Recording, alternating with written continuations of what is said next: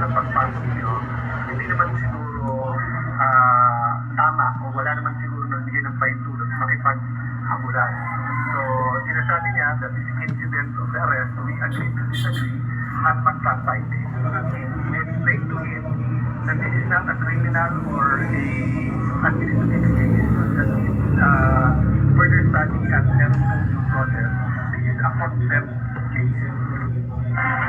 Ayon naman kay NBI Director Melvin Matibag, nagkasundo sila ni Cayetano na manatili na lang sa kustodiya ng NBI ang siyam na NBI agents na nauna nang na-cite in contempt.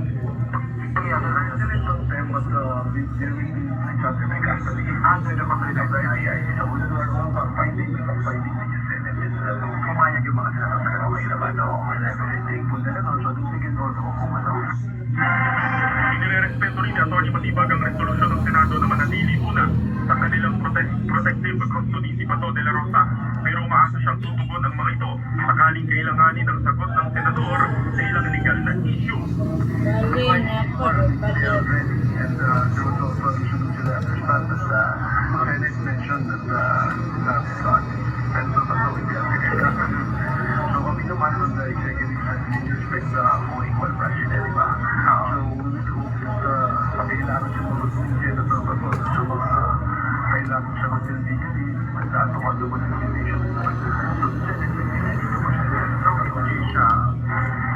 Samantala, iwalating iimbestigahan ng NBI ang nangyaring pagbubugbog ng ilang mga NBI personnel sa isang staff ng Office of the Senate Sergeant at Arms. Pagtitiyak po ni Matibag, para sa parusa ang mga ito matapos maipakita ni Cayetano na ang mga NBI agent ang nauna sa nangyaring tensyon. Dahil po sa tensyon, kinakailangan magpatupad ng lockdown sa Senate compound at nagigpit sa pagpasok at paglabas ng mga tao kasama ang mga miyembro ng media.